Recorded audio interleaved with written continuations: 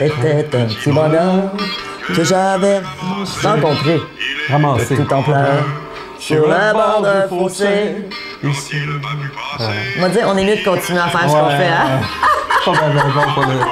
Félix est meilleur. Ça. Félix est meilleur. On va laisser ça à Félix.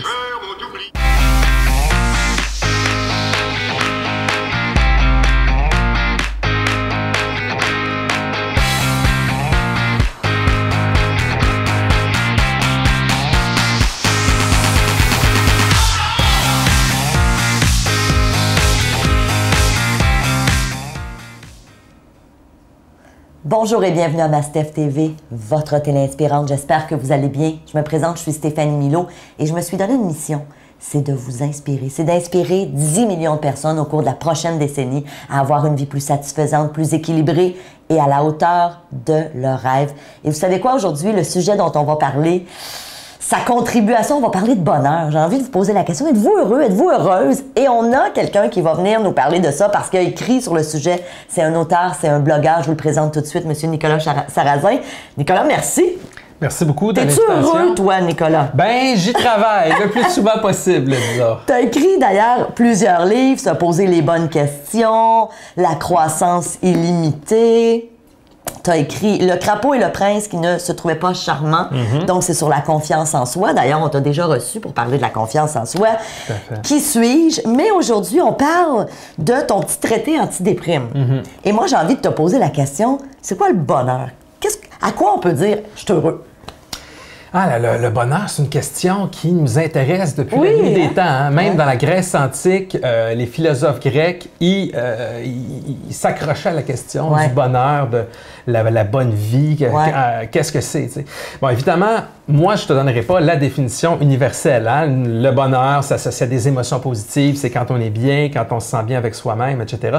Donc, on peut dire qu'il y a autant peut-être de définitions du bonheur qu'il y a de personnes. Ouais. Par contre, il y a des éléments communs qui portent à être plus heureux. Hein? Okay. Quand on se réalise, Ouais. quand on a de l'estime de soi, quand on a confiance en soi, quand on est bien entouré, quand on fait des activités qu'on aime, etc. Donc, tout ça, ça nous rend heureux. Ouais. Mais dans la société, souvent, on confond bonheur et plaisir. Et moi, ça, c'est une distinction que je trouve très importante.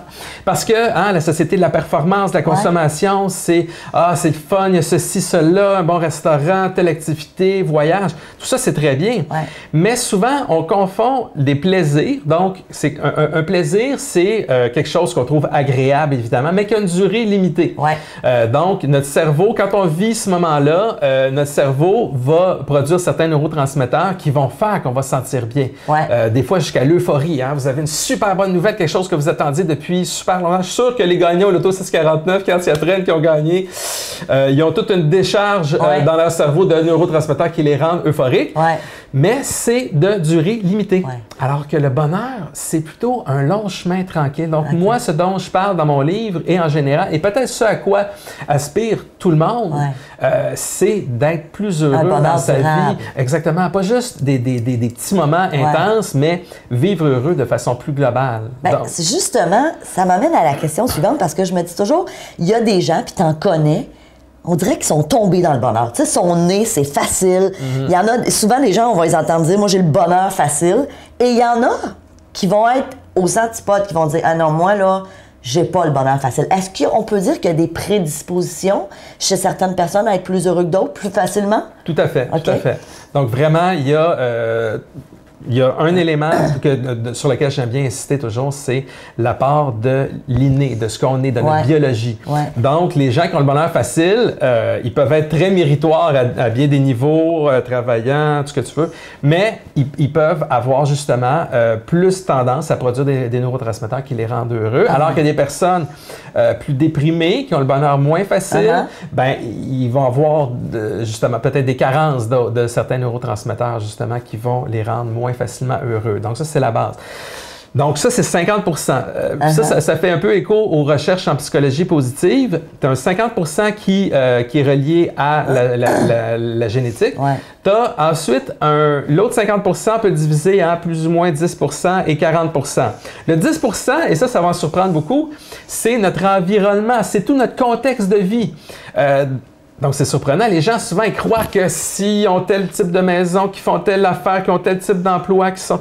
que ça va être donc plus heureux, mais c'est pas vrai. Exactement, c'est un petit 10 %. Et le 40 %, et ça, c'est un peu la bonne nouvelle aussi, c'est nos pensées, c'est notre façon d'appréhender la vie. Donc, et c'est là-dessus qu'on peut travailler. Exactement. Parce que je peux pas changer ma génétique. Non. Je peux travailler sur le 10 % mon environnement, mais j'ai encore plus de pouvoir sur mes pensées, mes actions, mes attitudes.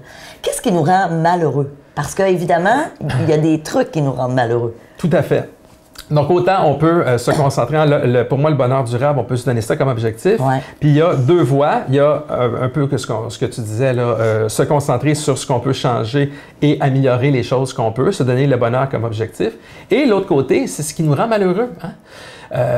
Il y a une citation qui dit des malheurs évités, le bonheur se compose. Donc, si on peut diminuer, voire même éliminer ce qui nous rend malheureux au quotidien, ben ça va. Donne-moi des exemples, mettons concrets. OK. Alors, ben c'est ça. Alors, pour parler des malheurs évités, et pour revenir aux 40 %, c'est que ça vient beaucoup de nous-mêmes. Okay. Alors, ça vient de nos pensées, de notre manière d'interpréter les événements, les paroles des autres, notre propre vie, les succès ou les échecs de ce qu'on fait. Alors, vraiment, quand ça va mal, c'est ce qu'on appelle en psychologie les distorsions cognitives. Donc, des pensées tordues qui nous font interpréter négativement un événement qui aurait pu être interprété différemment, mais cette interprétation-là, spécifiquement, elle va nous rendre malheureux.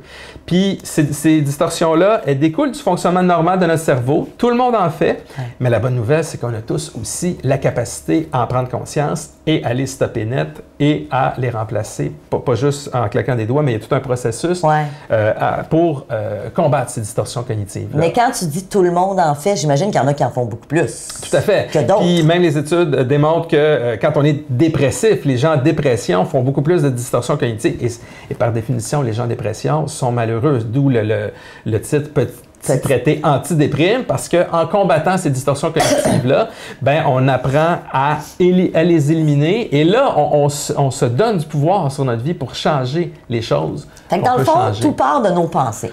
Oui, beaucoup.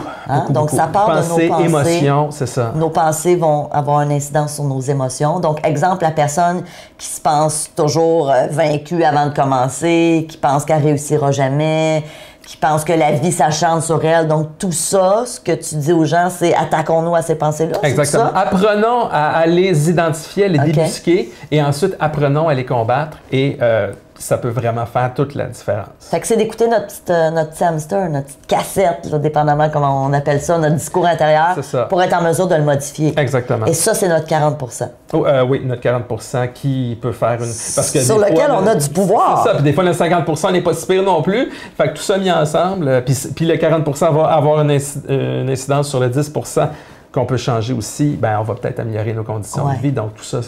Tout est relié, alors ça peut faire un bel effet boule de neige positif. Ça.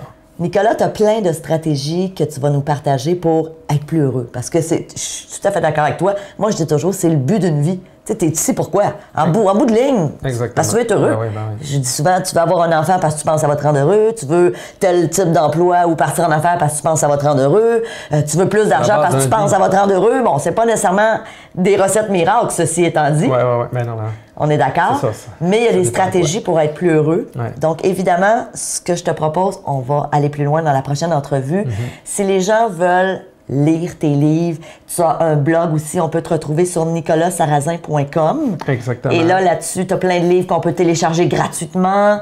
Tous mes livres, tout le contenu de mes livres que j'ai publiés chez des éditeurs, ils sont disponibles sur mon site Internet. Tout le contenu, vous pouvez le lire sur mon site Internet et vous pouvez vous procurer les versions e-book avec des bonus en plus. Et vous pouvez déjà aller chercher un cadeau que j'offre. J'ai un e-book de 60 pages, le plan B pour bonheur, avec un programme de développement personnel que vous pouvez aller chercher dès maintenant sur mon site Internet. Le plan B pour bonheur, j'aime ça. Quand même. Alors, nicolassarrazin.com.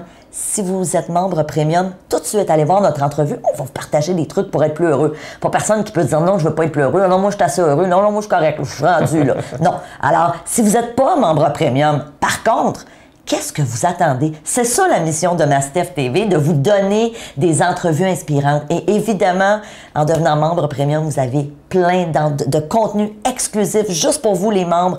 Vous avez aussi des billets qu'on vous offre pour venir me rencontrer en personne. C'est pas ça le vrai bonheur? Quand le bonheur, je suis heureux là. Donc...